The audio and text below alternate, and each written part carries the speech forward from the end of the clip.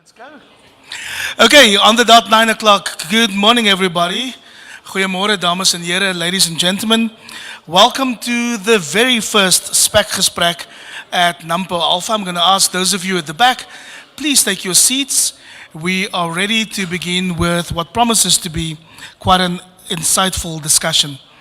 If I haven't had the privilege of meeting you, my name is Ivor Price. I'm with Food for Mzansi.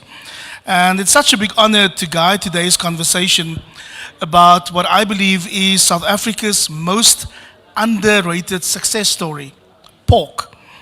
If you think about pork for a moment, and I was discussing this with a media colleague briefly outside, pork already lives in most of our joyful moments. Well, certainly the case in my life. If I think about the Christmas ham that brings families together, if you think about that Sunday roast that your grandmother used to make, or if you have some time on the weekend and you want to do something something special for the family, you do bacon. And one of the media colleagues and I were just chatting and saying, hey, we could do some sizzling bacon for breakfast right about now. Pork is already part of who we are, but mostly on special occasions. And today we're here to ask, what if pork became part of our everyday lives? Is that possible? What would happen? Because balance behind every delicious chop is surely a story of science, it's a story of data, it's a story of care, it's a story of innovation, from farm to fork. And that is what Spekgesprek is all about. It's bringing together farmers, scientists, communicators, and consumers to imagine the full potential of South Africa's pork industry.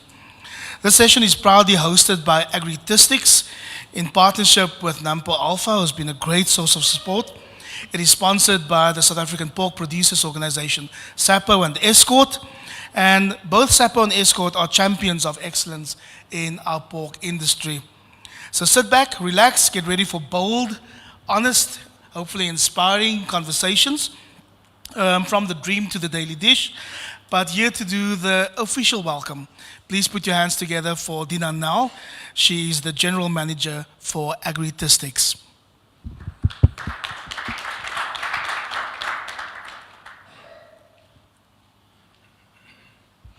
Thank you, Ivor. Good morning, ladies and gentlemen. Thank you for joining us for the very first Spekgesprek. This was an initiative to get the pork industry also part of NAMPO ALFA, the livestock expo here today, well, since Thursday. I want to thank you, Albert, for inviting us and accepting our ideas that we have on the Spekgesprek. We believe that this will still grow into a very large gesprek. So hopefully we don't skiets back, but we will have the conversations, that is all the questions asked, and we'll hopefully be able to answer at least some of them. I would like to thank the panel members for joining us today, and for Ivor coming all the way from Cape Town. I very much appreciate you also being here and leading this conversation today. I just want to start with a thought of the day. For a thought of the day, just as a farmer tends to his livestock with care, ensuring each animal is fed, sheltered, and guided, so does our Heavenly Father also takes care of us. Livestock farming reminds us of the beauty of stewardship, so of being entrusted with life that depends on our hands. May we be faithful shepherds in our work, our homes, and our communities, reflecting God's heart for creation and His people. Please close your eyes. Lord, thank you for the land, thank you for the animals, and the calling you've placed in our hands. Teach us to work with gratitude and integrity, to care for your creation as you care for us. Bless the farmers, their families, and the harvests to come. May every field and every flock reflect your glory. In Jesus' name, amen. Thank you very much. Thank you, Dina. Of course, this conversation is being live streamed, so the beauty of live stream is that you take it beyond just the confines of NAMPO ALFA. In a week or so from now, you'll also see the videos, podcasts, all sorts of articles and social media to ensure that we reach the bigger pork industry. So thank you for making time to be here. To kick us off, we've invited 6 incredible thinkers, each with a wild dream for pork in South Africa. And these aren't your average panelists, they're visionaries. They blend science, they blend business, they blend storytelling, that will hopefully take us to what is possible. Each of them will share, as a kickoff, a short, punchy snapshot. It's part dream, part roadmap for how we can grow in this industry together. I'm going to introduce the panelists firstly, and then we'll kick off with the short presentations. Just next to me is Andrew Reeders. He's from Topics Northwin. He will unpack the business and economics of modern pig farming. Stephen Corbett, I've known him since he was a high school kid. He's from Agritistics, and he will show us how data and benchmarking can give farmers perfect visibility. A bit of a crystal ball for better decisions, I hope. Dr. Peter Evans needs very little introductions. These days he's with RMIS. I won't ask him or maybe I will. I can't promise about the thing that starts with an F and an M and a D. But he's with RMIS, and he will share what it means to be kinder to animals and the welfare standards that consumers demand and that retailers now expect. From the Flying Pig and Mockford Farms, Sean Mockford, he will explore how science shapes tenderness, flavors, quality. It's the journey from science to chops, I would like to believe. We'll also hear from Stefan Vermaak. He's the Chief Operating Officer for Escort, and he will speak about consumer trust and taste, and how consumer trust and taste can make pork the top choice in South Africa's kitchens. And finally, the mythbuster herself. You really should be following her on Instagram. Enrique Maria, she's from Agritistics Agri. She'll tackle consumer misconceptions about pork, safety, fat, hormones. Nothing's off the table. Andrew, let's kick off with you. Welcome. Thank you, Ivor. That issued me with my own. Yeah, just to start off, what is my wild dream? I think my wild dream doesn't end and start in South Africa, but it's for the continent of Africa. And that would be to produce enough high-quality, affordable pork to feed its own people. I think we're going to start with the lights off. Somebody found the button. Thank you. Yeah, just to start off in how to feed its own people, to produce its own pork, to do that consistently, sustainably, and also profitably. I think that's also important. Yeah, you also mentioned your introduction is, can pork be part of our daily lives? And just for some context, and that's part of my presentation as well, to build a roadmap, I think we need to also understand where we are and to know where we are going. But pork remains the most consumed protein in the world. About 40% of global protein is pork. Ivor, if you can move maybe to the next slide for me. I've just listed some challenges that the South African pork industry is facing. And pork consumption is one of them. It's very low in many African countries. In South Africa, for example, we only consume about 5.7 kilograms of pork per person per year. And this is due to cultural beliefs, spending power, market access, and also competition with other affordable protein sources such as chicken. Yeah, there are also distribution constraints. We have a fragmented value chain and restricted market access. Cold chain management is one, for example, along with the lack of supporting infrastructure in Africa, such as feed mills, premixes, veterinary services, and also formal retail outlets. Although Africa has a large and relatively cheap labor force, the challenge is finding people with the correct skills and the education to work in our value chains. Both consumers and also investors face financial constraints. Consumers lack spending power to afford protein, while investors face capital expenditure challenges when building new facilities and also supporting infrastructure. And then, you didn't want to say it, but it's listed last, but health and biosecurity is really important. And we need to invest to safeguard our health and execute the biosecurity on military precision. If you can maybe for the next slide. is also I've got some key trends in the South African and the African pork industry. Yeah, first one is consolidation of businesses in the industry. We observe that smaller producers cannot compete and survive. They are not necessarily taken over by larger producers and companies, but larger companies expand to fill the gaps left behind by these closures. Maybe just for the next one, I can just emphasize on that, and this is from SAPO on World of Pork, is that 19% of pork producers own 88% of the national herd. Then over on the next slide, on another trend, is what we see is that efficiencies are improving, especially over the last 10 years. There I've just shown the graph to say in the last 10 years, this is the number of pigs being slaughtered. Even though there's not an increase in our sow numbers, we see an increase on the number of slaughters, and not on this graph is not carcass weight, but we also saw that carcass weights are increasing, so efficiencies is contributing as well. And then the last trend is what we are facing is what I call a costly reality. We've got volatile input prices and also producer challenges. If you can maybe just move to the next one. On the left, you will see the volatility in our domestic carcass prices linked to some major events. It's then important to note that due to foot and mouth disease and African swine fever, we in South Africa cannot export to other global markets. This means that the pork that's produced in South Africa and Africa needs to be consumed in the countries. And logistical challenges from South Africa make it very difficult to export into other African countries. Yeah, so that is just what I wanted to share with you, where we are, to create some context, and I want to leave you with a closing statement is, despite these headwinds, I think also our outlook is still bright.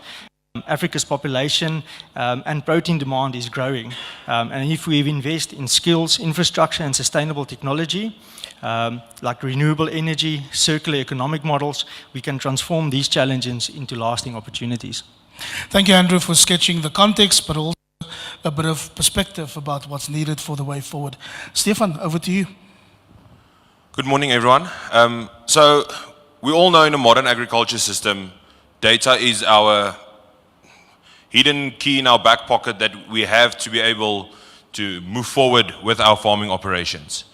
And we all collect data, and we know it's important, and we store it safely on an Excel sheet or in a logbook or somewhere safe in the office, and that's where it stays.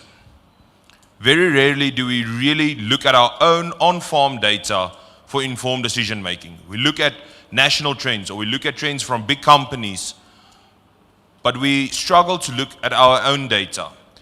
And the only way to really move forward from our side is to look at these data that we're already collecting oftentimes to make informed decisions on where we can really make improvements bit by bit. Now, a blunt pencil will always beat a sharp memory. That's a fact. So we have to collect the data, but it's not valuable until we analyze or use it to make these decisions. For example, I set up a scenario where we're looking at a few different factors that have an influence on the standard commercial pig farm. Now, for this scenario, the average feed price was at around 6,500 Rand per ton, and this was still done on the pork price of 32 Rand, which we have seen now, the recent SAPO reports, is climbing steadily to very good-looking prices coming ahead.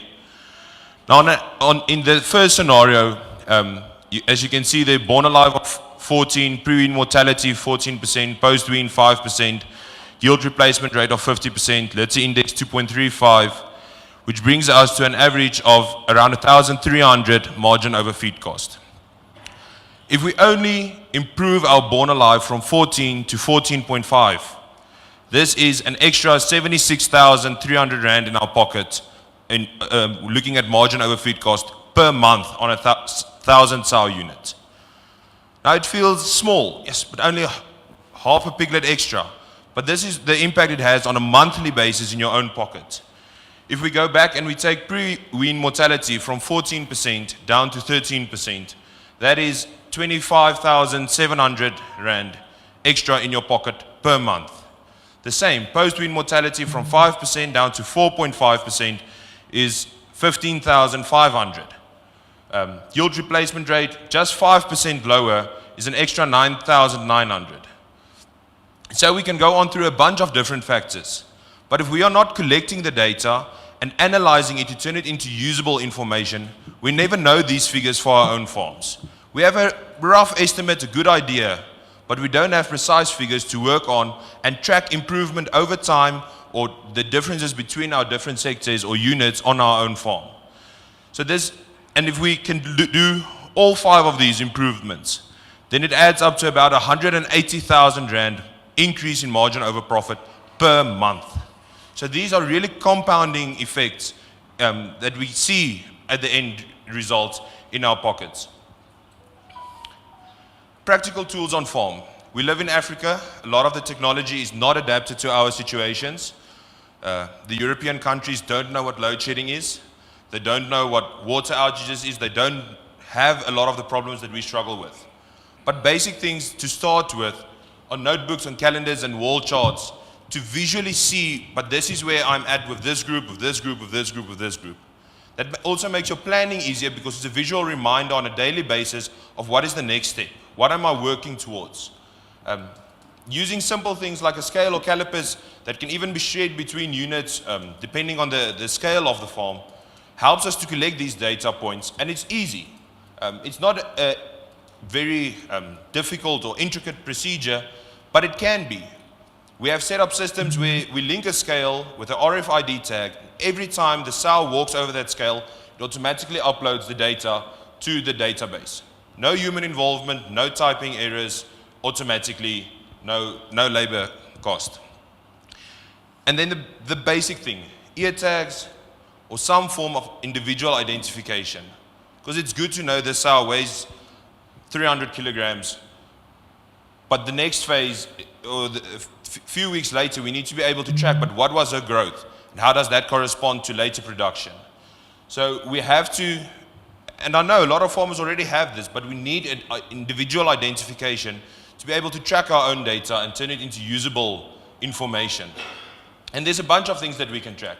And different technologies available. Offline first apps that you can input data, and then later when you get to the office where there's Wi-Fi, it automatically syncs and backs up the data. And where to start? We all have this big daunting task ahead of us, but we have to start somewhere. Choosing one parameter that we want to focus on, make sure that we get accurate data that is usable and that we can track over time to see our improvements. Test different methods and see what effects that have. So choosing one record to track better, using one tool extra each time until you see the improvement, and then you can decide to add another one. But focus on mastering one thing at a time, and then set your one goal to reach before you move on to the next one. Otherwise, this daunting task simply remains impossible. Automated records is where it becomes nice. I know a lot of us know the World of Pork or Pork 360 page with all of those statistics. That is possible for on-farm data as well. If you have your data collection set up correctly, where it uploads, these types of graphs can automatically generate. Every half an hour, the updated data gets pulled through. And that's where we want to go, because that's real-time on-farm decision-making based on your own data for improvement. The future is not in the gadgets. It is in using the data that we often already collect and have available historically to make informed decisions on our own farms for improvement.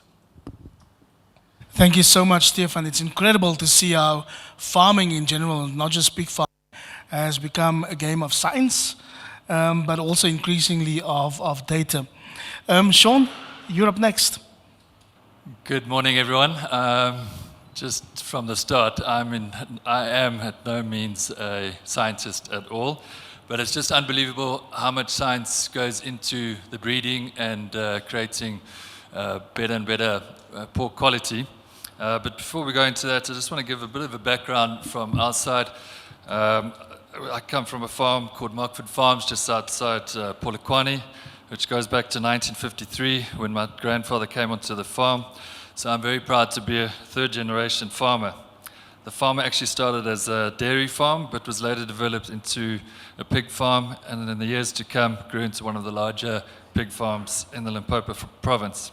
We have around 2,000 pigs, 2,000 sows on the farm, which equates to 20,000 pigs that we need to feed and manage daily. Our main aim is to grow the pigs as quickly as possible in the best conditions possible for the pigs. We also produce genetic replacement stock for our commercial farms, as well as our customers. The invention of the flying pig, this came about back in 2018 when one of our abattoirs that we were supplying most of our pigs to had an outbreak of listeriosis, and was a major crash to our marketing, and we realized that we had too many eggs in one basket and needed to mitigate it. And this brought about the invention of the flying pig. We also had a curious passion and interest in value adding of pork and finding a more streamlined way to get pork to our customers as well as the housewife. Our pigs are raised in a manner where the pigs come first in terms of welfare, health, housing, feed and management. We also abide by a strict pork 360 quality assurance system. We also have a share and a watchful eye in an abattoir where we know the pigs are slaughtered in a humane manner. Distribution has caused quite a lot of upsets. We miss the days where we could send 1,000 pigs off to our customer in Gauteng, and marketing thereafter became the issue. But we've managed to build up quite a few ways of getting pork around, and we have one little fleet with the famous logo, we deliver chop chop, and then we also make use of couriers along the way. So at the moment we are getting, we've built up to about 80,000 kilograms that we get out to happy customers every week. Some of the customers' favorites is pork neck gammon, the honey glazed pork belly roll, and the marinated loin chops. So it comes down to what's the key to actually always getting the best pork time after time. And on the farm side, genetics play a massive role. We are spoiled with three amazing genetic companies in South Africa that all emphasize the importance of meat quality. But also important to make sure that Jurek is part of the picture, as they've been proven to improve meat quality. Pigs should be raised in the best stress-free possible situation. Nutrition should never be compromised, as it plays about 50% of the end result. Make sure you always use the highest quality raw materials and work with a nutritionist to make sure you are getting the best food, being well balanced with all the micro and macronutrients to the right pig at the right time. Environment, buildings need to be well ventilated and insulated to be able to handle the hot summers and the cold winters. Younger pigs should be comfortable with a warm microclimate. They should also have ample access to fresh food and water. Pigs should also be pampered as much as possible along the way with good stockmanship, instinctive to keep the pigs as stress-free as possible with extra TLC where possible. From the gate to the consumer, make sure the pigs are transported in the calmest possible manner. Stress-free offloading is crucial. There's no rush here. Lairage space, which is the holding facilities, and care should be overemphasized. The stunning process should be instant and effective, taking away any unneeded stress. And then the sooner the carcasses are in the chilling rooms, the better. Under an hour is favorable. pH of the meat is a crucial factor and has a great effect on meat quality. The pH should drop from around 7 to 5.5 and over a 6-hour time period. Just from our genetic supply standpoint, we are lucky that we've tied in with a Danish company, and just a couple of stats from their side. In 2030, the world will have 1 billion more mouths to feed. By 2035, the demand for pork, which is already the highest consumed protein, is expected to increase by as much as 45%.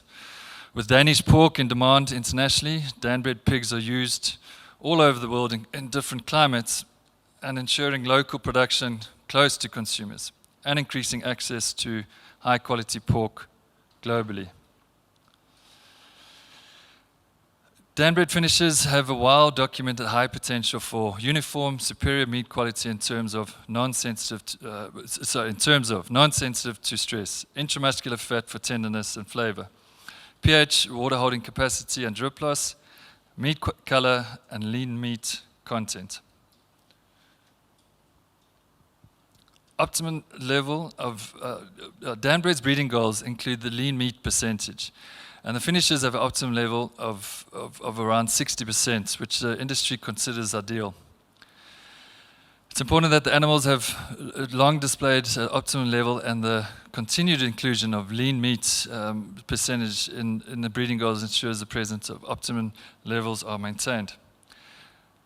The lean meat percentage is not only the only goal, but it continues to be part of the breeding to keep up with world demands of carcasses going heavier.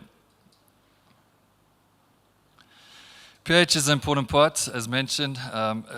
In pH, it expresses the acidity of the liquid, which constitutes most of the muscle, affects water holding capacity and thus drip loss.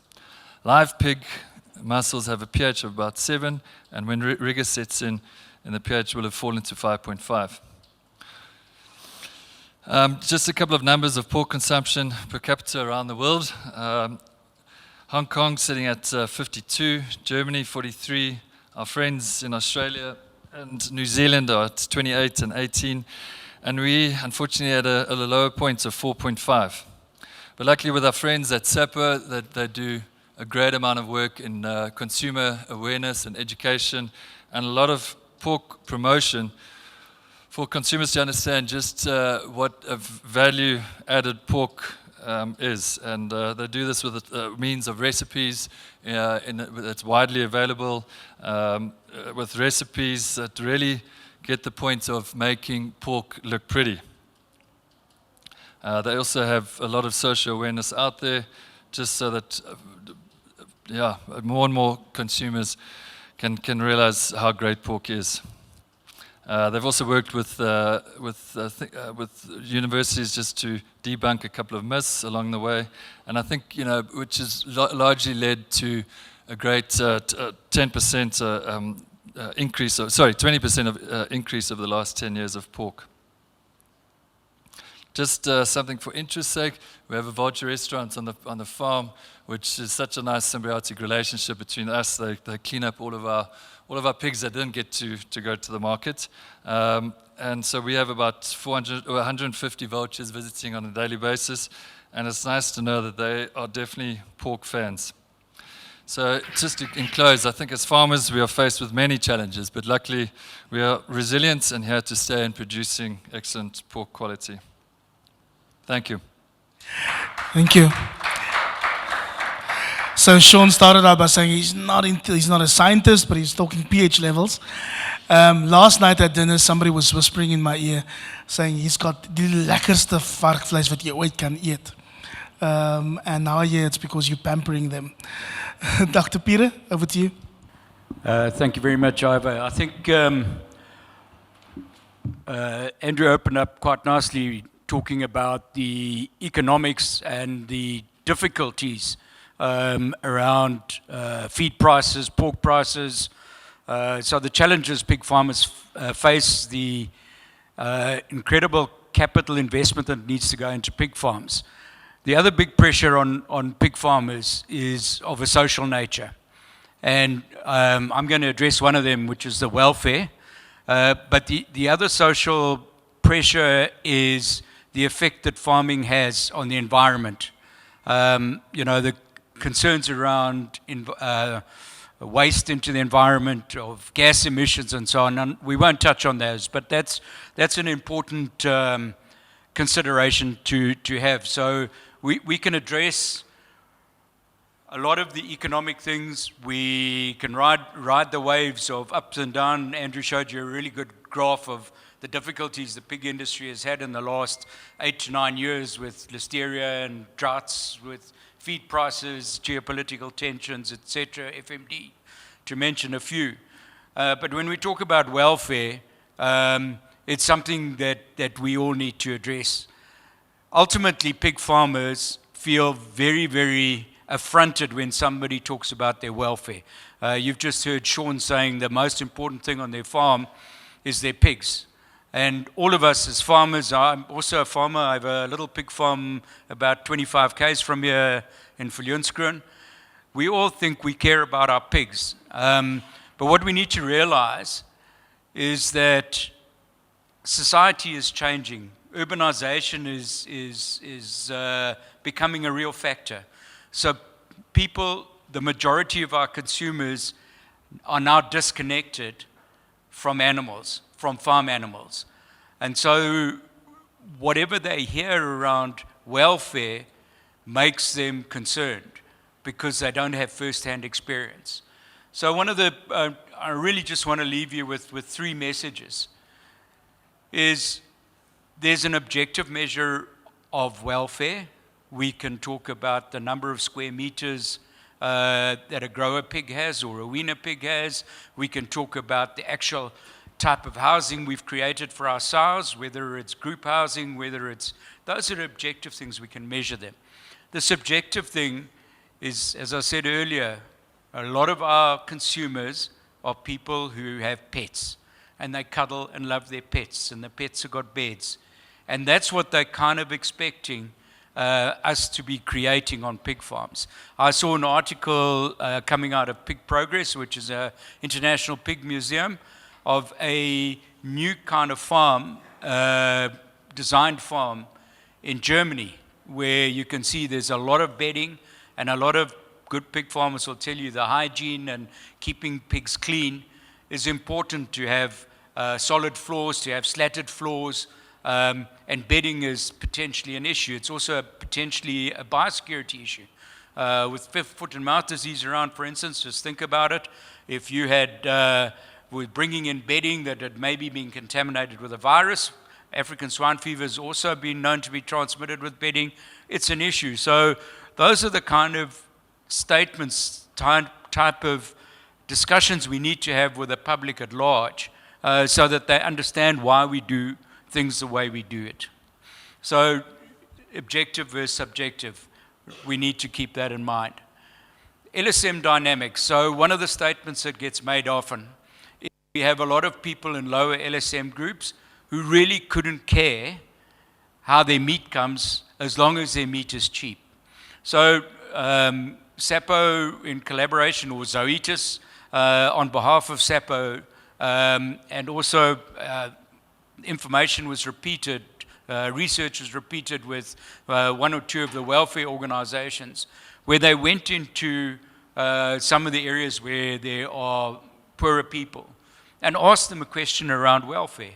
And surprisingly, for a lot of us, maybe, it doesn't matter really what group of people you're in from a wealth category. Everybody really cares about their animals. They care about how we look after them. So the fact that we think we need to produce in volume and nobody will care because we'll be able to sell volumes of cheap pork, that's a bit of a myth, and we should forget that. Let's talk a little bit about the retailers. And I'll jump to the next, okay, let's jump to it like that. I'll give you that now, I don't need any more. So the retailers, I think a lot of people get really, I saw in my brief Kinder to Sows, which is related to one particular retailer. We also have crate-friendly programs and so on. The retailers, you must understand, are people who sell to the consumer. So the retailers don't make up their mind what they want. The consumer, the people who buy their products, or buy our products through them, because they're really just a conduit, they tell them what they want. And for the retailers, the most important thing for them is their reputation. They want to protect their brand, that retail brand, and it doesn't matter which one. Look, there are some that are less caring than others, but it doesn't matter where you are. So, and we're not going to delve into food safety and things, but food safety, the origin of the farms is an important, but how those animals are raised are important to them. So, the last point I want to make on this whole welfare issue is transparency. So we heard it a number of times. I was in a forum meeting with the UAE yesterday. Obviously, we weren't talking pork. We might have been talking beef. But one of the things that came up over and over again is trust and integrity and transparency.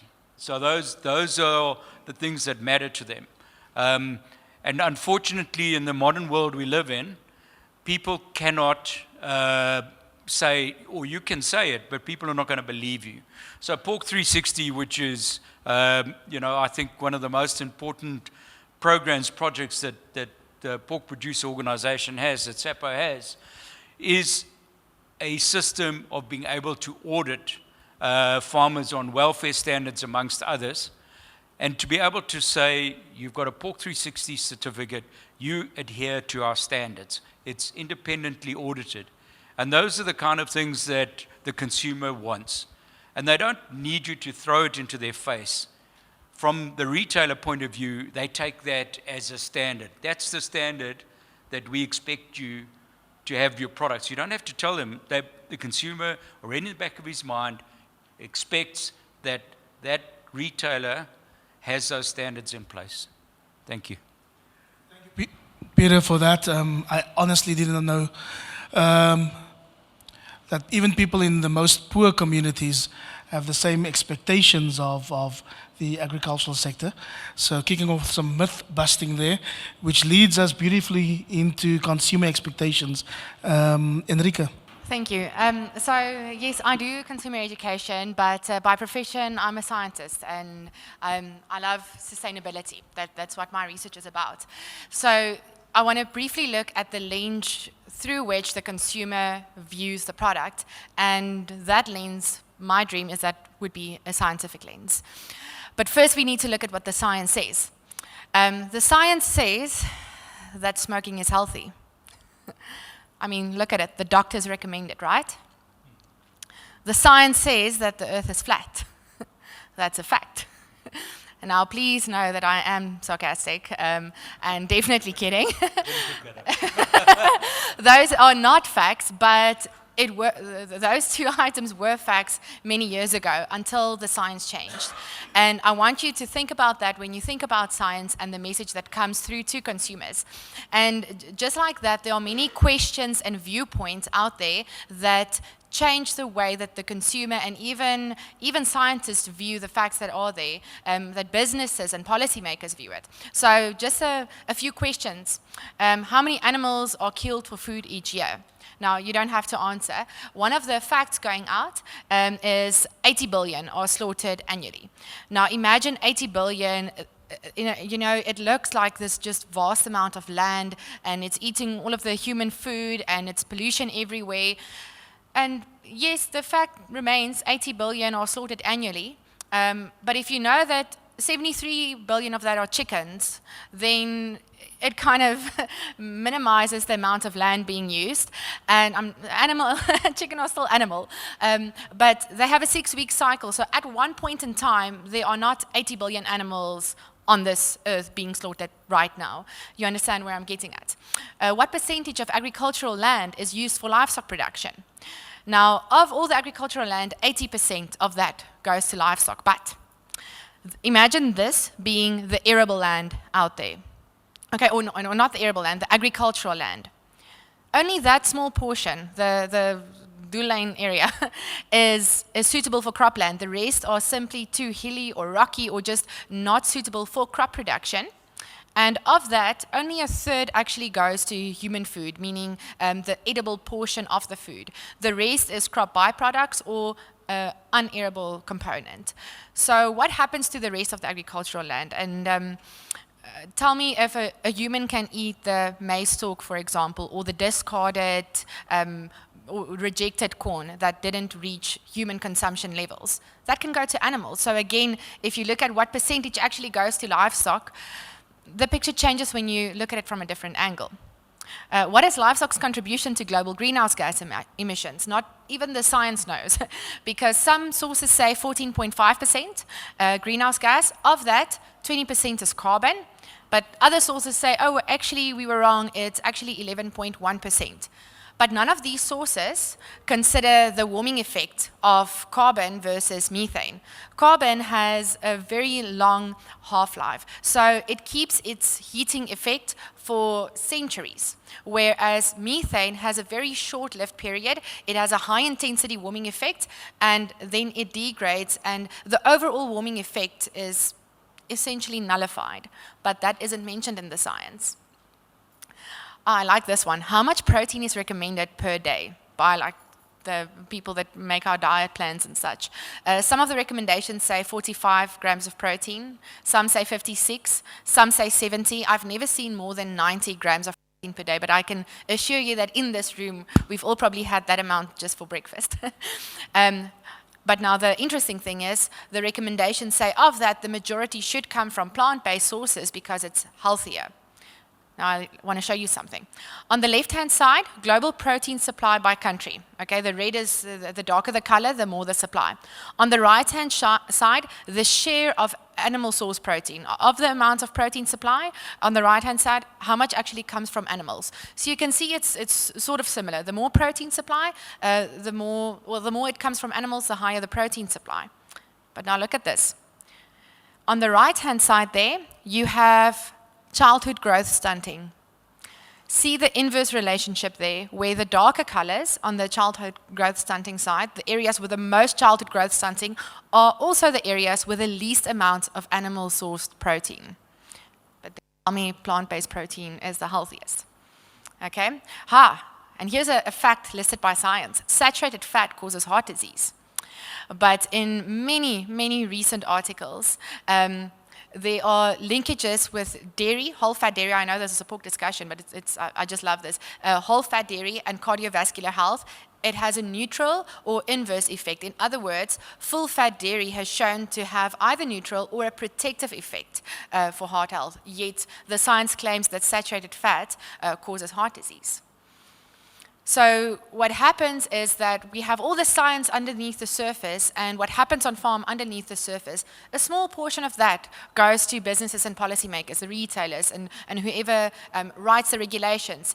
And only the tip of the iceberg gets carried through consumers. And this sounds very daunting, but I'd like to turn this horrible scene around and say, just tilt it and realize that what gets to the consumer and to the businesses and the policymakers is simply the lens that they view it through.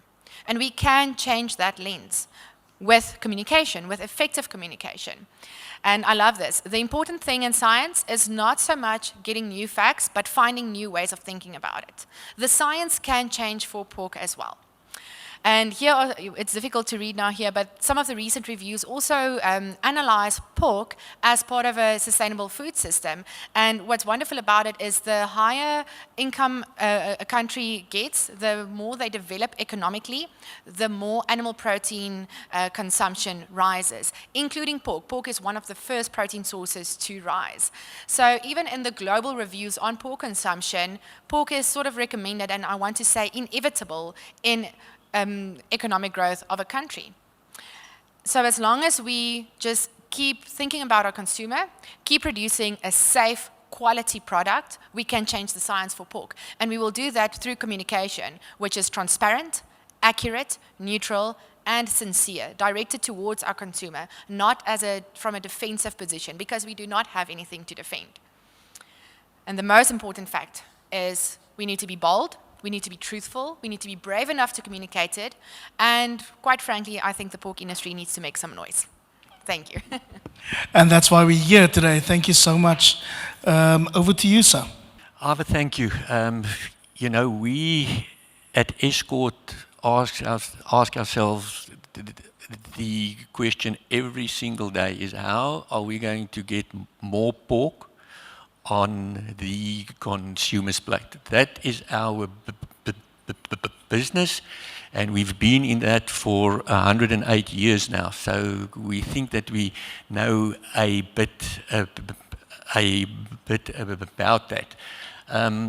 I think what is important for us is we are of the opinion that we should position pork as an affordable, everyday red meat. And if you look at the figures, in South Africa, people eat around 34 kilograms of chicken per individual every year, 34 kilograms. Beef, around about 12.2 kilograms, and we have moved up from about 4.4 to about 5.7 kilos of pork at this moment. So what are we going to do? We need to take market share from beef, and we need to take market share from chicken. And if we talk affordability, it is very easy to actually compete against beef, and we are. But when we talk about chicken, that is very difficult because of the fact that chicken is a very cheap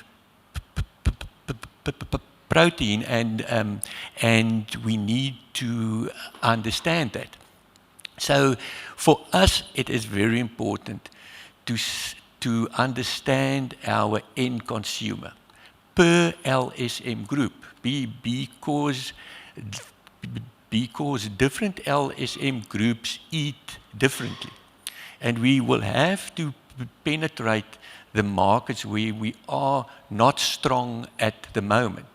And unfortunately, pork is not strong in the lower LSM groups. They eat a lot of chicken every single day. So we need to concentrate on the lower LSM groups if we want to eat into the chicken market. We must understand that the retail will not drive shelf space or visibility for us. That is on us. And we will need to work extremely hard on that. And our view is that we will be able to do that if we can offer a wider product range, and we will get to that later. But new product development for us is very important and something that we need to focus on every day. Saying that, I think that we're doing an excellent job, and we want to thank SAPO for the effort that they put in marketing our product on a daily basis. And then the processes like Escort also spends a lot of effort on marketing, and I will show a few slides on that later. But for us, bottom line is look at the different LSMs and what they want and focus on the product range. Thank you. So the next part is where we test some of the big, bold ideas that were shared here by the panel. So instead of starting on the farm, we're starting where the pork journey ends, and that's on the plate. The question is, what do consumers really want from pork? And how do we as an industry meet those expectations then through science, data, welfare, good business decisions? Enrique, I'm going to throw this ball to you because it links so beautifully to what we've just heard. Speaking about consumers, busting myths, tackling perceptions out there. If we talk about a bigger dream, how can we get more South Africans to see pork as a safe, lean, healthy, everyday choice? I mean, it's a great source of protein. We heard it from your talk and so many others. But there seems to be a lot of misconceptions about pork. Absolutely, and I think if we first look at what some of those misconceptions are, of course it is the safety component. Although a lot of effort has been done in the past to rectify some of the mistakes and misconceptions of the past, there's still this unknowing thing of, or this question underlying, is pork really safe?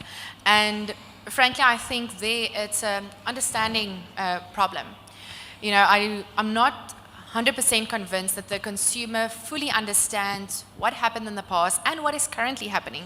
And that is, I love the word transparency that was used in the introductions today, is if farmers and producers and the distributors and the retailers can communicate transparently what is really going on, I personally believe that the consumer will feel safe enough to start gaining trust in the people, and that's also a very important factor. It's people. No story and first-hand, maybe second-hand experience, word of mouth, can achieve what a logo company campaign can achieve. If you get real people to tell stories, real farmers, real consumers, to show that what they are consuming is enjoyable, it is safe, no negative consequences. If you get farmers to share what's really going on farm behind the scenes, then a lot of those myths can already be debunked simply by communicating, because we don't have anything to hide.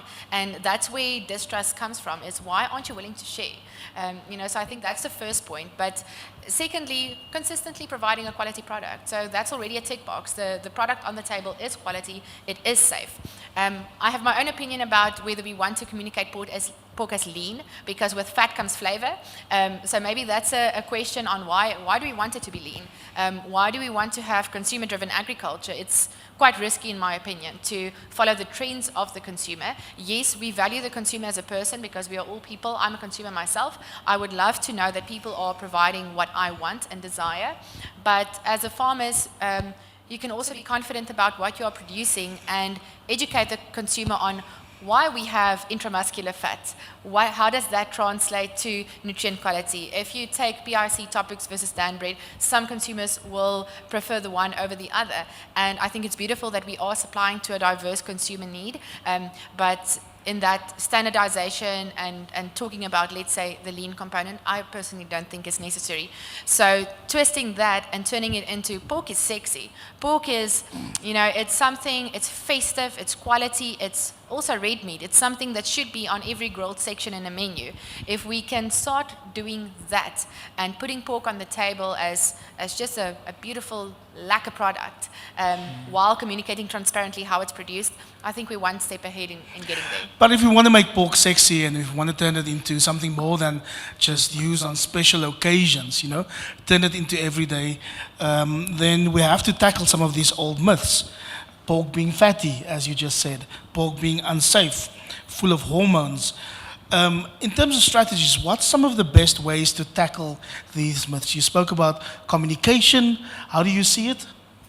Well, that is something that I try to do personally on social media. A lot of the consumers are on social media. So just simply showing them, telling them, breaking the science down into small biteable pieces where we simply explain what is going on behind the scenes. So I think using influencers, using thought leaders, science communicators to give the message from farm to fork is a brilliant strategy, and social media has been proven to work.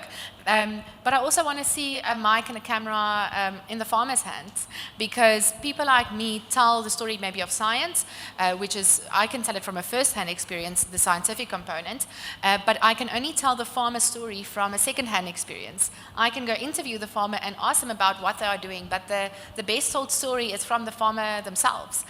So personally, I think a good strategy would be for the farmers to start building their own brands. People love to know people. Hiding behind a logo is sort of sketchy for people. People want to see more authenticity. Even in the trends on social media, the people that excel are the people who are just real. And I think we don't have to be scared to be real. So that's my personal idea is get a mic and a camera behind every vet and farmer and statistician, as many as you can.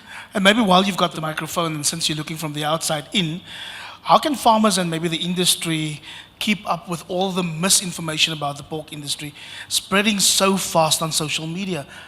It's really difficult for ordinary people, non-experts, to keep up. Absolutely, and it is quite daunting. But since I'm going to look at my own experience, since I wanted to start my channel at the end of 2023, and when I actually started actively implementing it a few months ago, the scenery already changed. In those 2 years only, people have gone from animal-sourced foods are just horrible and it causes X, Y, Z, to every third person trying the carnivore diet. So I think, again, it is dangerous to hop on trends. And because the pork industry is already supplying a quality product and continuously improving, continuously measuring themselves, I would not say we would have to keep up with any misinformation, because that misinformation changes on a daily basis. I think the issue is the misinformation comes from not enough communication happening. So as long as let's say the 100 of farmers doing it right, keep communicating what they do, putting their story out there, one outlier case of a farmer doing it wrong will either fade and be overcrowded with the good stories, or all those farmers right will also be able to comment, because let's face it, not all farmers do it right. But that is why we have experts over here, is to say this is how we can do it. And I know all of these experts would be able to comment on any viral video of some horrible farm condition and saying, listen, this is not how we do it, and this is why we don't do it that way. So I think if we continue, again, consistently and transparently communicating, then there's no reason to keep up with any trends, because the truth will prevail eventually. Sean, maybe if we could pivot to you. Your business is a great example of how science connects directly to the consumer expectation in terms of taste, tenderness, quality. Maybe a question about ensuring consistent quality. How realistic is it even to deliver pork that's consistently tender, juicy, consistently tasty every time? Is that even possible? Yeah, I think it's a loaded question, and I think it also really depends on, I mean, you can get a very consistent pork if you keep going back to the same good retailers that do it well. But I think if you're going to be picking and choosing from different retailers, and I think some retailers just don't get it right, some abattoirs just don't get it right. So there's a few key players along that line that might just unfortunately upset the apple cart in the sense of quality to the consumers. But I mean, there's really good retailers there, so I think if you're sticking to the same retailers, you've got a very good chance of having consistent, high-quality pork. What are the key factors, though? The key, continue. No, sorry. I think just to relate back to Enrique about the leanness, and I just wanted to say we agree 100%. I think it is just that conception of going from this very fatty pork chop, you know, and now it's just to sort of bring it down to an awesome 22 millimeter fat that's lovely to have on there, and then we're sort of putting the flavors and with the marbling in the meat, you know, and that's what we're sort of focusing on. But I agree 100%. We've never wanted to go too lean, and the fat is really the desirable part of pork as well. So what are the key factors from feed to handling that have the biggest impact on the pork's tenderness and flavors from your perspective, as somebody who says he's not a scientist but delivers these amazing products? Yeah, I think that really starts from under the mother, where the piglets are that age, and it's that whole process, and it's actually, you know, the feed, the environment, and then just, you know, if they're getting stressed already at that young age, that really does correlate to having a negative impact onto the pigs. And then also through to the abattoir, I mean, we can be the best farmers, we can do everything we can feed them all the right food. But if they stress at the abattoirs and they're overloaded and they've been sort of pushed through too quickly, or they're hanging out too long, it can have really a negative effect. So it's a whole chain from farm to fork, and essentially, you know, it's pre-gate and then post-gate as well. A lot of different factors. So maybe for some of the producers in the room or those watching the live stream, how can producers ensure that the science at farm level actually translate into a great tasting experience for consumers? What is it that producers can do to ensure that the consumer gets a great tasting experience? Yeah, I think that there's so many factors in that as well. I think it is just raising the pigs right, feeding them right, and then also just know where they're ending up, and making sure they've sort of been well looked after the gate, and that they get it right post gate. I think that's key to it all. Dr. Evans, maybe if we could pivot to you on this whole topic of consumer trust. What does genuine consumer trust in pork look like to you, and how can assurance, welfare, health programs help build that kind of consumer trust? Sure, Arva, put me on the spot. I think you know, in any relationship, it's a two-way street. So one needs to be able to, and it's fantastic we've got someone who's on social media who's becoming a friend of the pork industry. But you know, if you don't know what the issue is, you can't address it, and the direct issue. So I think from we went through an exercise at SAPO, oh goodness me, 5-6 years ago, where we engaged with some of our counterparts, other organizations in Europe, in Australia. And number one thing is the transparency. And Enrique was talking about, you know, a camera on a farm. And most of our farmers have been, and are probably still, very cautious of having people look inside their buildings. So one of the things that's happened over time, particularly in the pig industry, is with biosecurity, you know, there are fences around, people can't get onto farms. And the part of the misconception around that is that you're trying to keep them out because you don't want them to see what you're doing. So we need to invite the consumer into our farms. We need to invite them in. We need to, and there are some, from a welfare point of view, there's some production things that are done, like docking a tail, which the consumer finds very difficult to understand, because the conversation has been formed by the welfare organizations. It's not been formed by the farmers saying, you know, this is why I do it, this is how carefully I do it, this is how empathetically I do it, and the process hasn't really caused, it doesn't really cause pain. You know, it's discomfort maybe for a few seconds, and you show the public that, and you say, listen, we're doing this, and you know, you're not saying we don't do it, or we don't want you to see that we're doing something. So I think it's important that that you open. There are always going to be, you know, society is a spectrum. There are always going to be people who are, doesn't matter what you tell them, how you formulate your story, who are going to be anti it.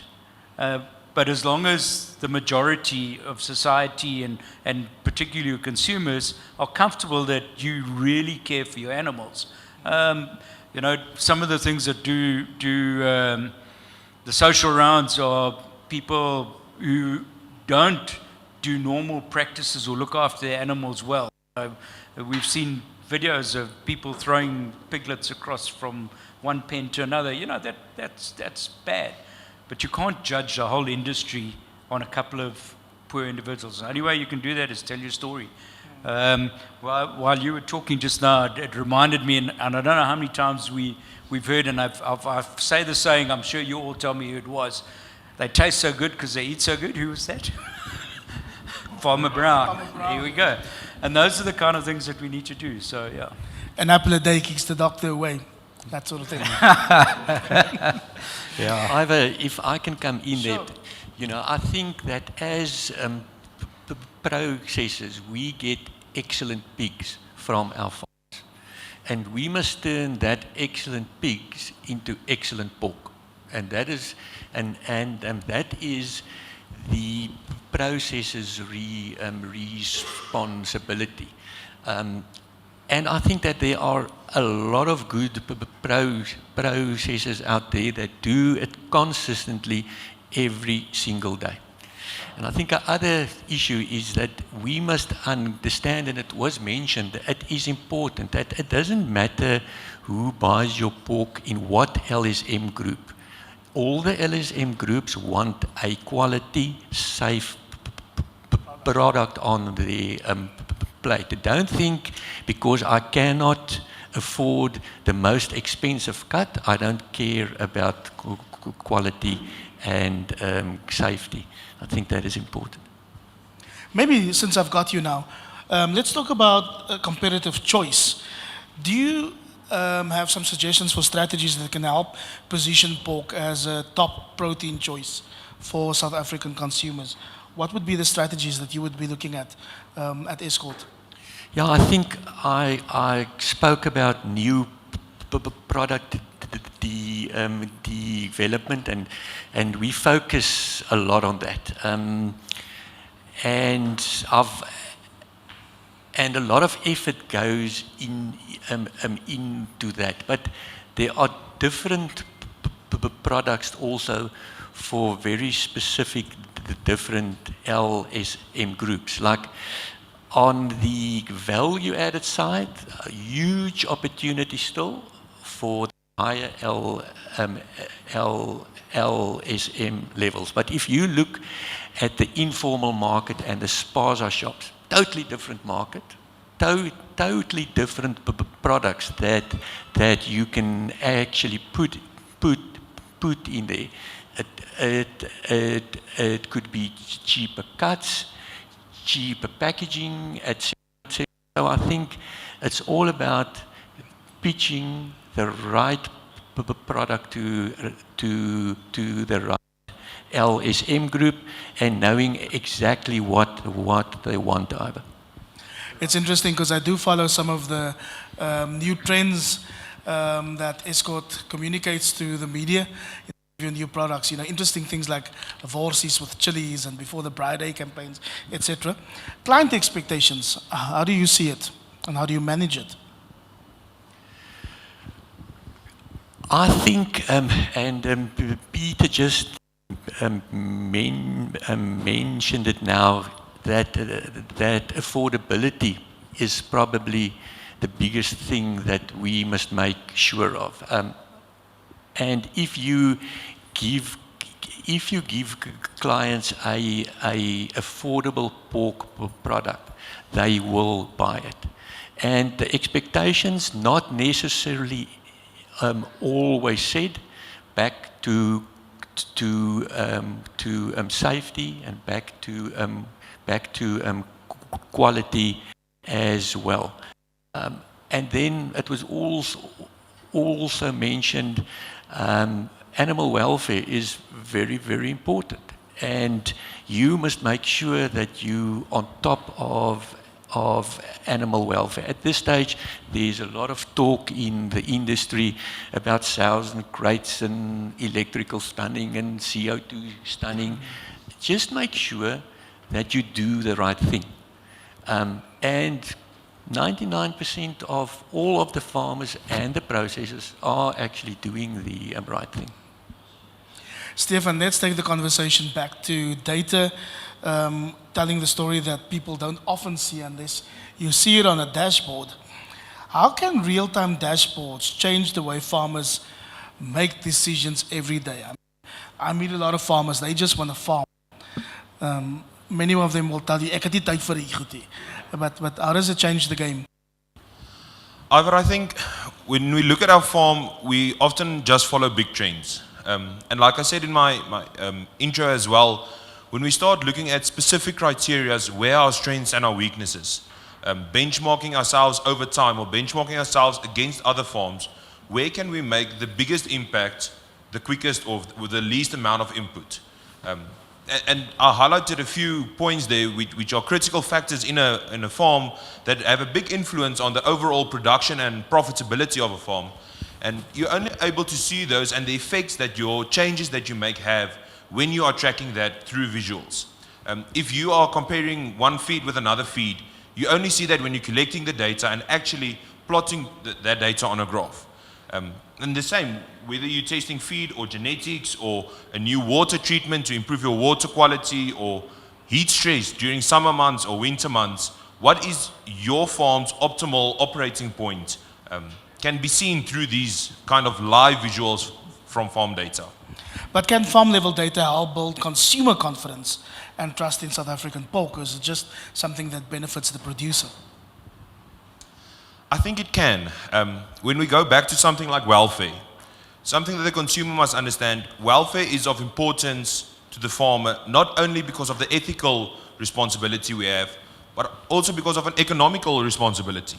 One way of ensuring great pork or good quality is by ensuring good welfare. Like Sean mentioned, if we take care of our animals, we get a better product. And by tracking something like gain or the morbidity or mortality status on our farms and saying, but yes, look at what we are achieving. We are achieving higher born lives because our animals are in a better overall condition. We are achieving lower mortality rates. Our animals are staying in the herd longer because they are under less stress. We are taking care of them. We can show that to the consumer and they can see, but this is actually what's happening on farm. So what are the biggest barriers for farmers using data, and how can small farmers benefit equally, or is data a game for the more larger producer? I think a big part of data is to get reliable and clean data. If I take, most of my time goes into taking existing data and cleaning it up. So implementing systems where either it's a visual error where you read a number wrong, or a typing error, basic human errors that corrupts data, which makes it difficult to readily use data and automated processes, is a very big hurdle in our farming industry, as we often work with unskilled labor, or we are in a hurry because there's a large number of animals that we have to process within a certain time. Looking to the smaller size farms, it's difficult because a lot of the more sophisticated systems are expensive and technology, but we have a lot of technology already. Show me a person that doesn't have a smartphone. I mean, basic data collection can be done on many devices. Even if it is done on hand, calculations can be done through these various options or through apps. There's a bunch of data collection and tracking software available where you can input basic data and it auto-generates it on your phone. You don't need a big expensive computer, or you don't need expensive equipment. You can use a smaller scale. You can use different methods of sharing equipment or using smaller scale down versions for these smaller farms. Let's talk about financial stability, if you don't mind. What does a financially sustainable pig industry look like in terms of practical terms, and how can farmers then balance the short-term profits versus long-term growth? Yes, I think it starts with being a sustainable industry is that there should be a balance on supply and demand.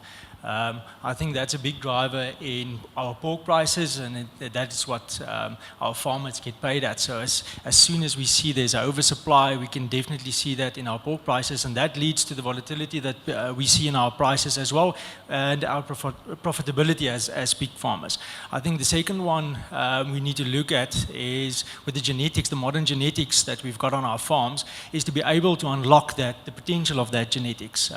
And those small incremental improvements every day leads to being more efficient. That efficiencies at the end leads to profits as well. I don't think there's such a thing as a short-term profits. If you're in the big industry, it's for the long term. But I believe that's where it lies. Andrew, I think it must be incredibly difficult to be a producer, and then you have to align, on the one hand, the farm level economics, and on the other hand, the changing consumer patterns, the changing consumer expectations. How does one even do that? Yeah, I think it comes to the mindset and the realization of a pig producer that the consumers are voting with their wallets.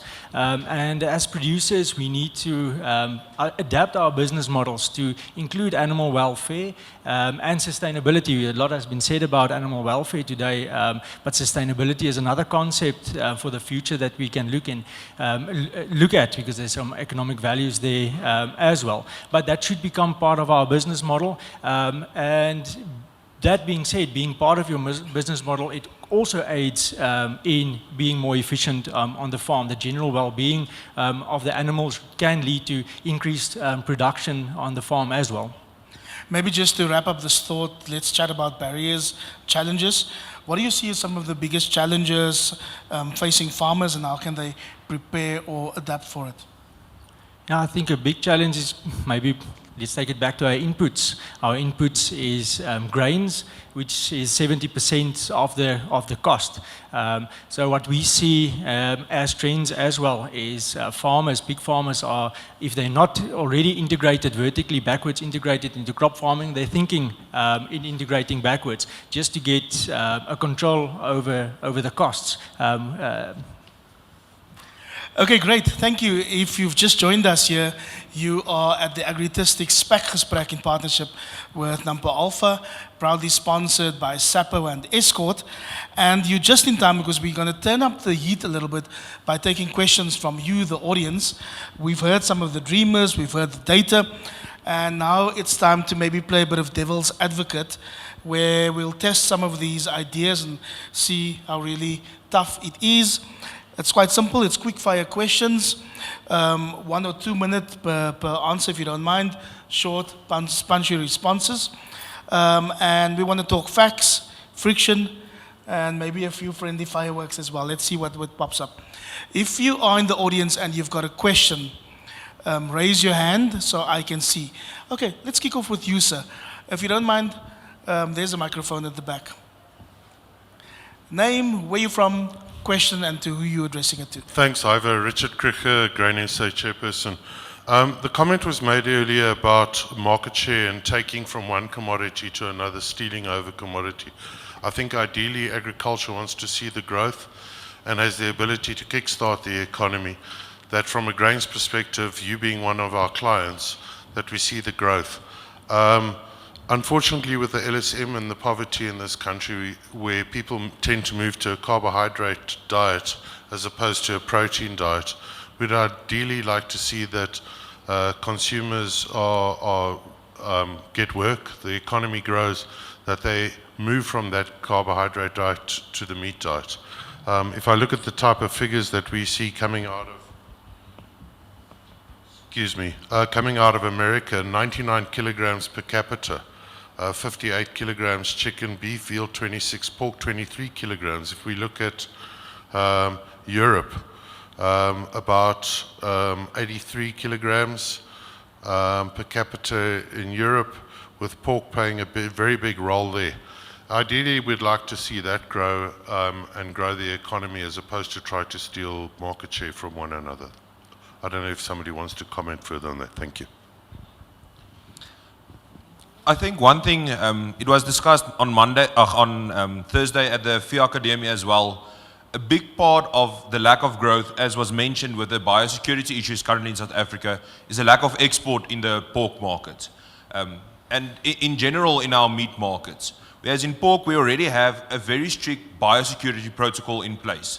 The common diseases that plague our ruminant sectors is very rare in the monogastric sectors, because the diseases that we face, we have a lot more stringent practices in place, as mentioned with the fences, that we're trying to keep diseases out, not necessarily the popular view.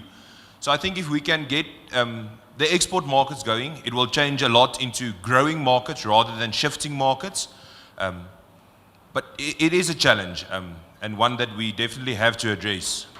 Stefan? I think if I can come in there, I don't think steal is the right word. But be that as it may, I think the issue that we've got in South Africa is our consumer spending ability, and there is only so much money going around, and the lowest LSM groups that is a huge part of our business and should be, has only got X amount of money in their wallet at any given time. And unfortunately, that leads to competition in the meat market, and we must accept that we are going to, as different industries think on our feet, and get into a situation where we can compete for the little money that is available in the end consumer's wallet. Dr. Evans, so if we're talking about consumer spending power, and I've heard you say early on that all LSMs care about the welfare of animals, But when it comes to price, people choose what's cheapest on the shelf. So maybe my question to you is, in all honesty now, will South Africans really pay more for welfare certified pork, or are we busy kidding ourselves here? Ivor, do you want the short answer? Our answer is no. So I think one of the, I talked about a little bit about Pork 360 earlier, which obviously is welfare is a big component of it. The other components would be antibiotic residues, food safety, in short. We've tested markets, and it's not just South Africa. You can go to Britain, you can go to the States, you can go to Australia, wherever. Consumers don't pay extra for consumer assurance programs. It becomes a standard that they would potentially refuse your product, but they're not going to pay more for it. So unfortunately, it's your ticket to enter the game, consumer assurance. So yeah, that's a short answer. Stefan, how do you see it at Escort? Exactly the same, Ivor. I think we know that no one will actually pay a cent more. I think that is the rules of the game. And if you don't play the rules of the game, you will not sell. So just make sure that you on top of it, and you are the best in the market. Not a cent more.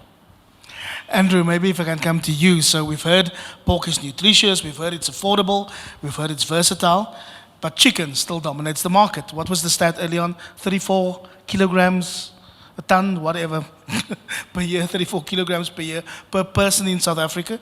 Can pork realistically compete with chicken's price point, or is that battle already lost in a country like South Africa?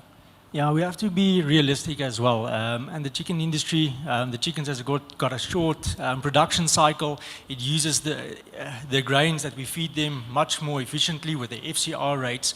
But I don't think we need to compete in that sense. I think pork has got the advantage of being a consistent, good product, and also a very versatile product. As a raw material, if you look at the carcass, it's very versatile. There's many cuts that you can get out of that, and I think Escort is a testament to that in their new product development, with a number of products that they can get out of a pork carcass, and I think that is where the advantage lies. I think I alluded to the LSM groups and welfare. We also did it at SAPO with that pharmaceutical company.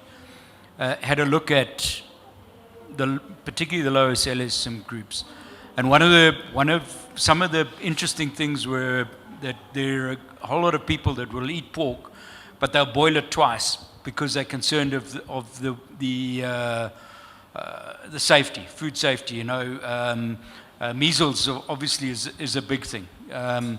So I think as much as we have the mythbusters around fat in your diet, around whether pork is good for you, the health aspects around measles, we could really do a lot for our pork industry by focusing on the consumers who are concerned. Remember that a lot of those consumers, their interaction with pigs is free-roaming pigs. Think the Eastern Cape. We sorted out for classical swine fever in the mid-2000s, and there were over 450,000 pigs in the Eastern Cape. But those pigs are kept in a very informal type, free-roaming environment, and people see them as dirty. So we could do a lot by changing the perception in that, and it would make the products that have been developed for that particular market, which would be more affordable. There was an interesting, we had the Agri-SA Congress on Wednesday, and there was an interesting comment made by the owner of Roots, where he said that when a consumer comes into their shops, they spend 200 Rand. If the product costs X, they might only get 1.5 kilos for their 200 Rand. If the product costs Y, they might get 3 kilos. So price drives it, but if they already don't want the product because they think it's unhealthy and dirty, you're not going to win. So we do have a lot of space, I think, within the South African pork market to grow pork. Here I am, a red meat guy, talking about pork. Hey, pork is red meat. Yeah, I'm wearing two hats. So I think there's a lot of space. And I think one of the take-home messages for me on this whole subject is you started off right at the beginning saying we eat pork at particular occasions. Making pork an everyday meat. I mean, I think I can speak in a room like this. A lot of people find it very easy to go and grab a fillet or a rump or something and quickly fry that at home or quickly cook it for the evening meal. We need to have that perception that you don't have to buy beef or you don't have to buy a few chicken pieces. You can go and buy a piece of pork and cook it as quickly to make it an everyday affordable protein. Sure, I want to get your perspective on it, but I also just want to say I think Escort does a brilliant job at making pork from a brand perspective at least look safe, bougie. I want to buy it when I see the Eskom branding and the campaign. Just look at the truck outside. I mean, it speaks to a modern day consumer. Sean? Yeah, I just wanted to say, I think, realistically, the situation that we're in at the moment, with the shortage of beef and beef price has increased, I think more and more consumers are realizing the value for money that pork offers. So it's a much more affordable protein, and so we haven't stolen the market, but we've just gained it by just being a very good alternative at a very good price. If I also may add, we are talking a lot about consumer education, but it was mentioned in the introduction as well, is retailer education. And that is something where I don't even think we need to ask the consumer to pay more for a welfare certification, because my question is, having seen what I've seen on farm, I don't think we need a welfare certification, because on proper farms, the pigs are treated absolutely brilliantly. And if that can be translated to the retailer as a standard, whether it comes from Pork 360 being explained to the retailer a bit better, and that spills over to the consumer, similarly, that pork is clean, and what do specific cuts mean, what do specific processes mean, on the brand perspective, but specifically going through to the retailer, there's a big gap there in terms of how can we translate to the consumer. So Enrique, you're a scientist, but you also understand a thing or two about communication to consumers. So we can brand, we can market, we can myth bust all day, but perception lags behind reality. Is pork's image problem a consumer issue, or has the industry simply failed to tell their own story properly? I love that question. And I think... I'm listening carefully to the answer. No, because I think at this point in time, where the mistakes of the past have been rectified, it is now a matter of we are not communicating that.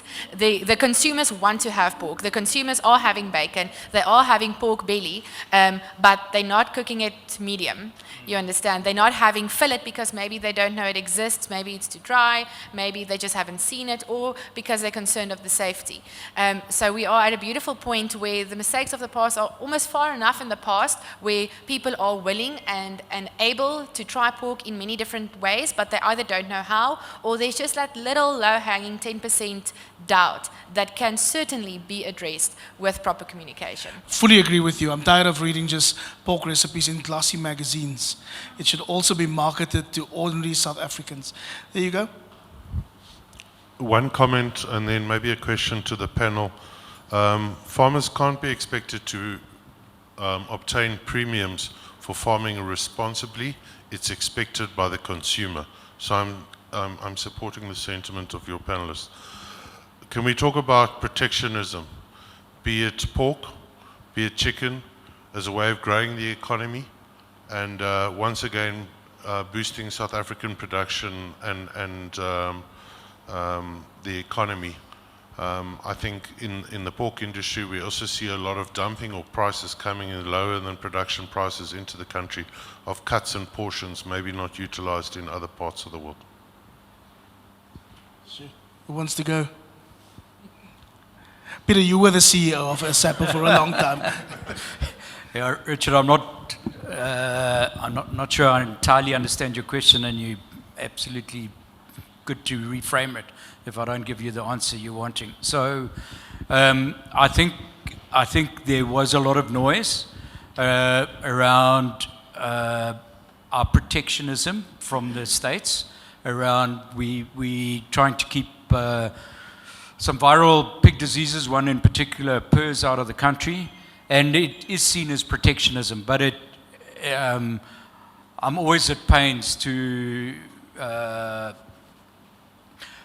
got employed at SAPO in 2008 to handle PRRS, so it's a bit of my baby.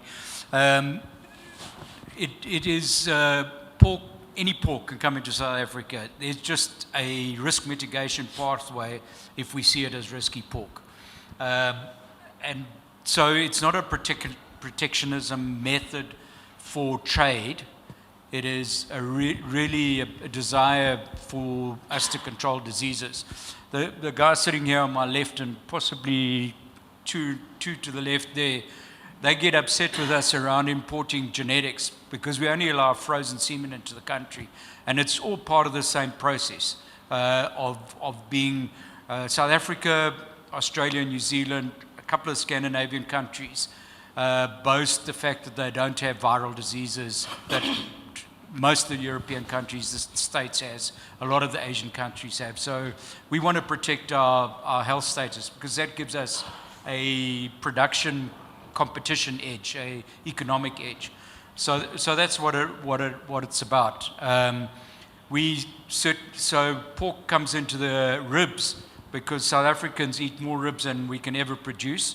That comes in without any kind of duties. But all other pork products come in with a duty of 15%, which is not a particularly high tariff compared to some other tariffs that get levied. So yeah, we don't really have a protectionism market as far as a pork, or protectionist mindset as far as pork's concerned.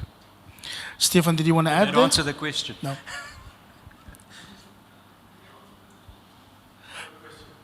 I see your hand. Skryf jou microfoon. Hello, my question, maybe it's something that Stefan mentioned on his presentation about retail, and it seems we lost a bit of confidence in retail to help us to get pork going again, and guys are taking matters in their own hand, which I think is good. Two statements on that. One statement is I can agree with that. If you go in any retail supermarket, it's actually disappointing to see the pork section, and that's even in the area where we live, which I consider on the higher LMS group. Even that section is very disappointing. It doesn't really appeal to me to walk in there and to buy my pork, and that's why I buy my pork somewhere else.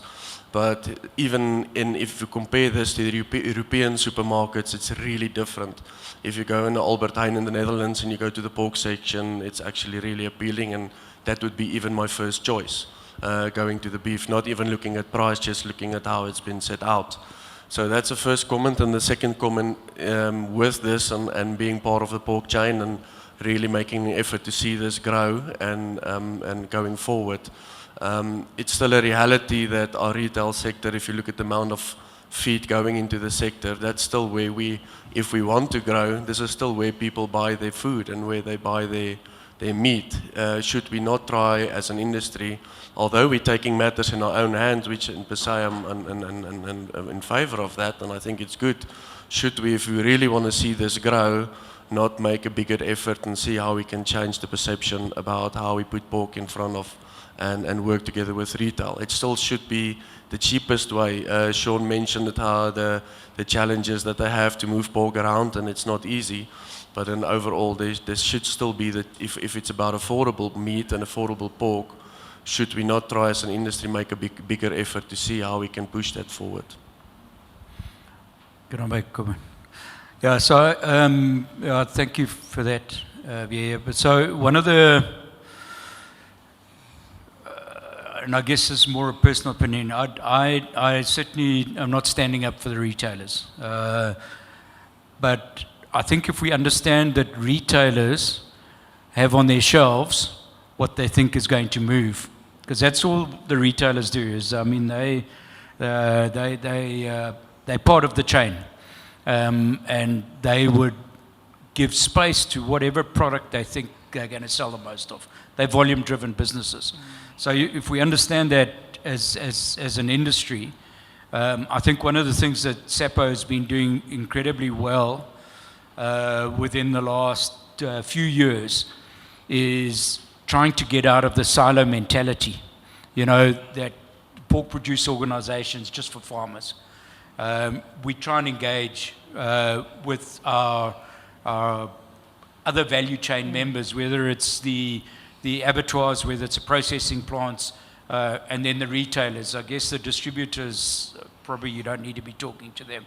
And then obviously the consumer. And I certainly personally feeling that, you know, you talk about the snowball effect.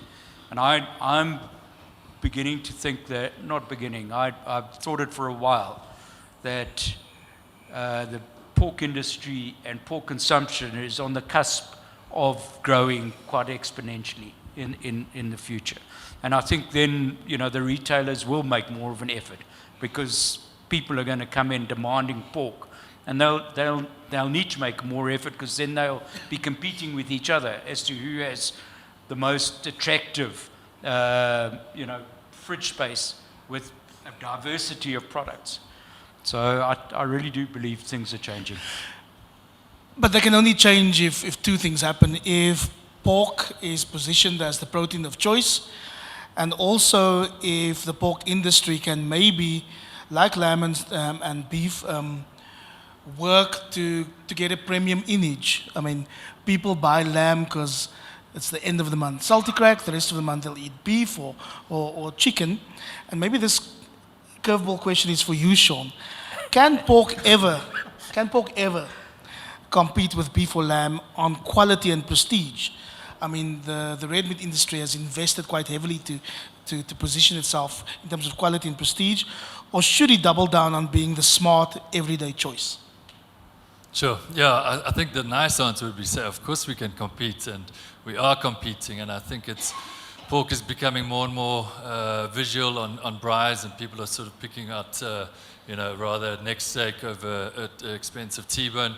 So I think it's there, and it's competing in a good space. I think per capita wise, I don't think we're really going to realistically be able to say that we're going to catch up. I mean, I think it's just so engraved into South Africans, you know, to have a braai and would normally be beef. But I think we're in a comfortable space. I mean, if we've come and we've grown 20% over the last 10 years and we just keep doubling that up and keep going, I mean, then we get into a really nice, comfortable groove and a really nice consumption. Any other questions from the floor? Great. We've tested the ideas. We've debated the challenges. It's time to look forward. Right on time. Each of our panelists, I will ask you to share just your vision for the South African pork industry in 2030. A short, sharp statement. We'll start with you, Andrew. Yes, Ava, I thought about it. In 5 years, it's quite a quick time. It's in 5 years' time we'll be less than 5 years. Yeah, so Feet in the bikkie. Yes.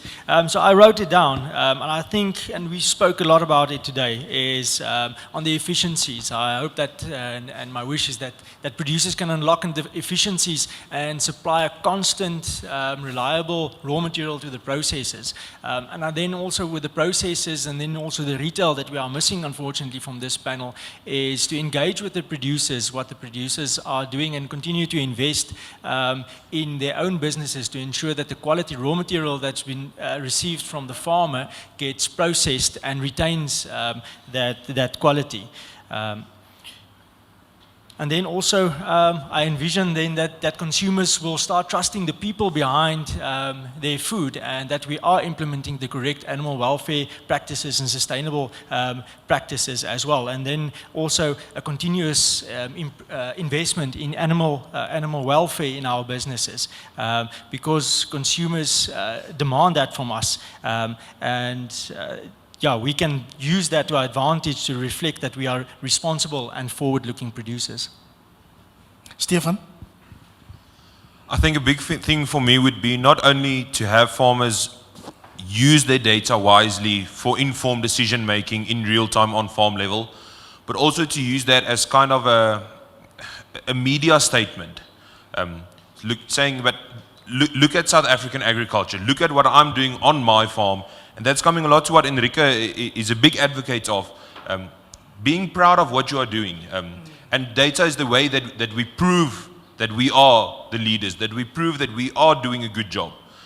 So taking that data through all the way to decision making, and then to the public image going out, saying, but this is what we do. A bit of technical marketing, using that beyond just the farm gate. Sean, 2030? Yeah, I think 2030, I think it would be amazing if farmers can be paid a fair price for the amount of effort that gets put into putting out such a value for money product. And I think it's always overlooked how much effort really goes into raising pigs and what it takes getting a product like that to the consumers. So I think just a fair margin for the effort for the farmers, and I hope by 2030 that more consumers are understanding that pork can really be cooked medium rare, and if you're not as brave, then just medium, you know. And I think they really are missing out on, and they're taking out a lot of the tastiness and the juiciness by overcooking it. Thanks. I should tell my family that. Yeah. Dr. Peter. Yeah, I think we haven't kind of mentioned it before, and maybe a bit of a cop-out seeing I wear two hats.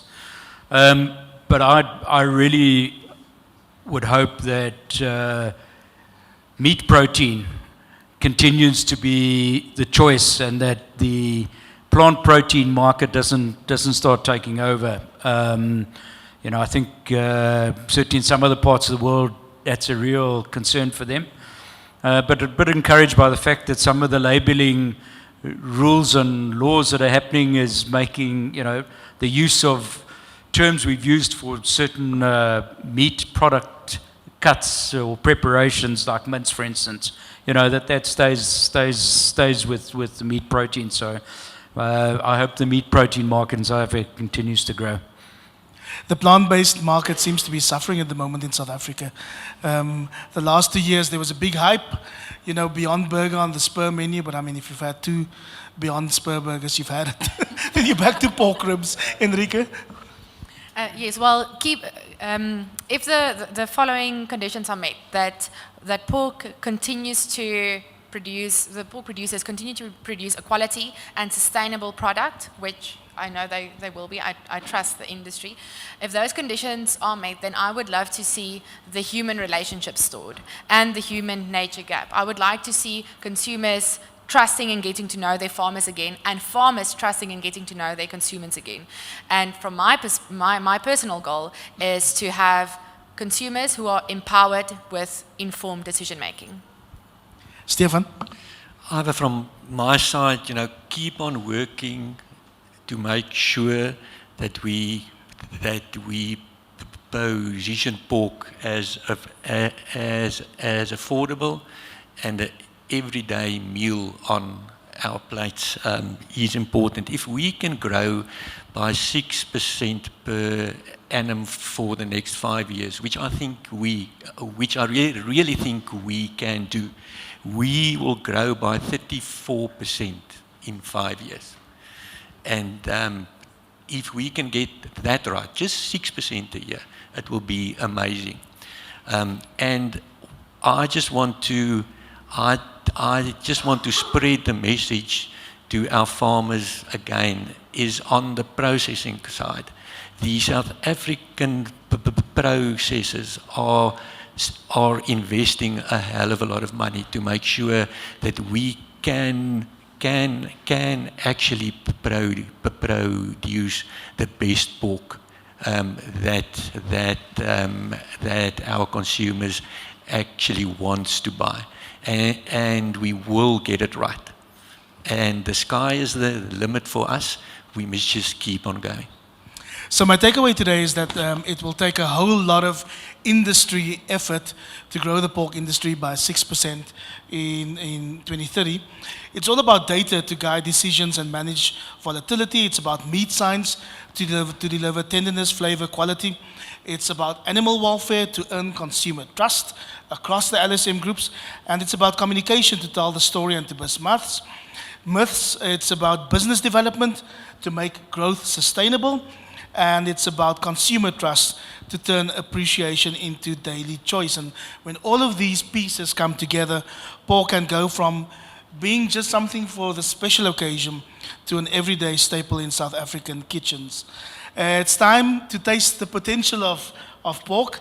Thank you to Escort to have a selection of their pork tasters available shortly. Familiar favorites, some exciting twists. And I also want to thank the people who made this Spekgesprek possible. I hope that this continues, the conversation continues, not just at NAMPO ALFA and Boereville, but beyond the greater South Africa. This session was proudly presented by Agritistics in partnership with NAMPO ALFA, proudly sponsored by SAPO and Escort, and a big, big thank you to Albert Loubser from NAMPO ALFA for helping visualize this conversation, and I have no doubt that it will grow year on year. Thank you to all the panelists. You're incredible. Thank you for sharing so candidly. Thank you to the audience, also the live stream audience, for your curiosity, your questions, your energy. And let's continue to have these conversations beyond the four walls of this hall here at NAMPO ALFA. Have a great day.